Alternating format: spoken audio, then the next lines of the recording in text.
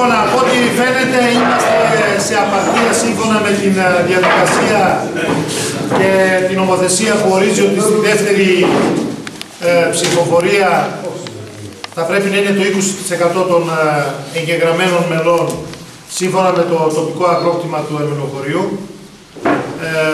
Πιστεύω ότι και από αυτά που είπαμε νωρίτερα ότι είναι μια κορυφαία διαδικασία που θα έχει πολλαπλά ωφέλη για την τοπική κοινωνία αλλά και για την αγροτική οικονομία σε μια δύσκολη περίοδο για τη χώρα μας.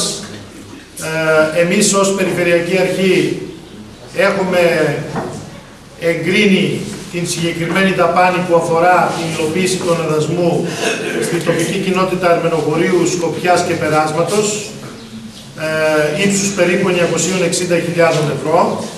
Είμαστε έτοιμοι και μετά την Γενική Συνέλευση που κάναμε στο πέρασμα, δεύτερο το Ερμηνοχώρι και μεθαύριο θα κάνουμε και στη Σκοπιά, να υλοποιήσουμε στις 3 τοπικές κοινότητες τις Γενικές Συνελεύσεις και να βγουν οι αντίστοιχες επιτροπές που ορίζει η νομοθεσία για να μπορέσουμε να υλοποιήσουμε τον αναδασμό. Και πιστεύουμε ότι μέσα στα επόμενα 2,5 χρόνια να είμαστε στην ευχάριστη θέση να ολοκληρωθεί, να κάνουμε και τα παράλληλα έργα αναδασμού που είναι προτεραιότητα για την Περιφερειακή Αρχή και να γίνει η τοπική κοινότητα Ερμηνοχωρίου ένα σύγχρονο αγρόκτημα το οποίο θα το εκμεταλλεύονται οι κάτοικοι προς όφελος της οικονομίας της δικής τους αλλά και γενικότερα της χώρας. Λοιπόν, επειδή κάναμε μια διαδικασία και δεν θέλω να πω περισσότερα πράγματα, θέλω να ξέρετε ότι είμαστε δίπλα σας. Εμείς θα παρακολουθούμε τον τρόπο που θα υλοποιείται ο αναδασμός. Δεν υπάρχει περίπτωση να γίνουν ατασταλίες ή οποιαδήποτε θέματα προκύψουν σύμφωνα με και τα προηγούμενα τα οποία υπήρχαν πάρα πολλές διαφωνίες μεταξύ σας. Θα διασφαλίσουμε την νομιμότητα με οποιοδήποτε κόστος κι αν υπάρχει. Και επειδή ξέρουμε ότι πολλές φορές προσπάθησαν εδώ να κάνουν αναδασμό αλλά δεν υλοποιήθηκε, εμείς έχουμε την πολιτική βούληση να το κάνουμε είτε το θέλουν κάποιοι είτε δεν το θέλουν. Λοιπόν, ο αναδασμός του Ερμηνοχώρι θα γίνει γιατί το επιβάλλουν οι συνθήκες αλλά και γενικότερα η κατάσταση η οποία υπάρχει στην Περιφερειακή Ενότητα Φλόρινας. Εμείς υλοποιούμε ένα έργο το οποίο θα αμέσως στο επόμενο διάστημα θα δημοπρατηθεί και θα είναι της τάξης των 55 εκατομμυρίων ευρώ με αρδευτικό δίκτυο σε όλο το κάμπο εδώ της λεκάνης της Φλόρινας και δεν μπορεί το Ερμηνοχώρι να μείνει πίσω σε αυτή την εξέλιξη. Άρα λοιπόν πρέπει όλοι να συνθέσουμε, ό,τι και να γίνει, όποια και να αισθάνεται κάποιος αδικημένος, στο τέλος θα είναι όλοι ευνοημένοι.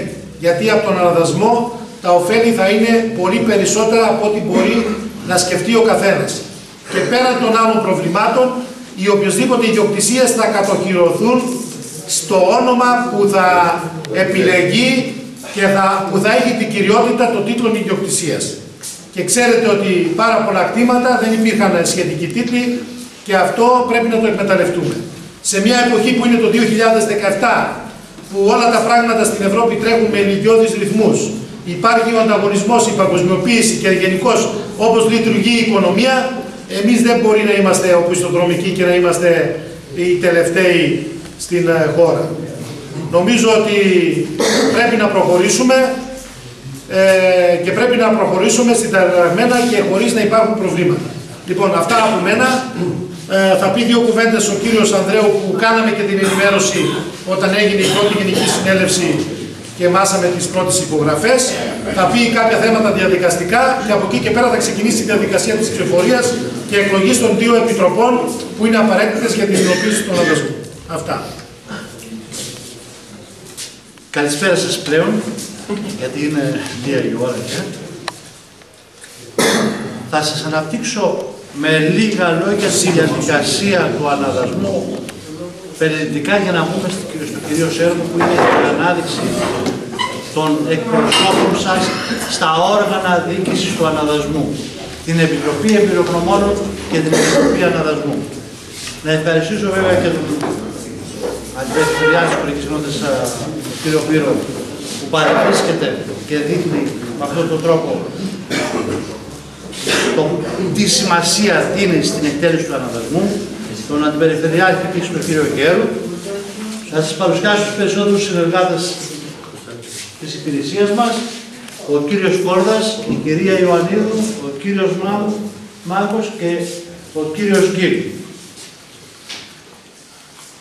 Ο αναδασμός εκτελείται με το νόμο 674 του 1977 και σκοπός του είναι η αναδιάρθρωση των καλλιεργειών μέσω της πολυτεμαχισμένης γης σε όσο το δυνατόν λιγότερα τεμάχια, έτσι ώστε αυτά να είναι προσαρμοσμένα στους δρόμους που θα χαρακτούν με τον αναδασμό και σε αρδευτικά δίκτυα που τυχόν θα γίνουν, που στη συγκεκριμένη περίπτωση στον Ερμηνοχώρη σας λέμε ότι θα γίνουν.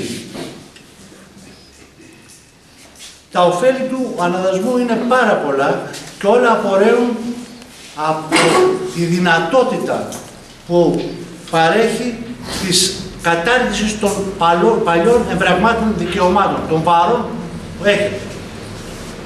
Δηλαδή, οι σχέσεις που έχετε εξ αδιαιρέτου σε χωράφια θα λυθούν.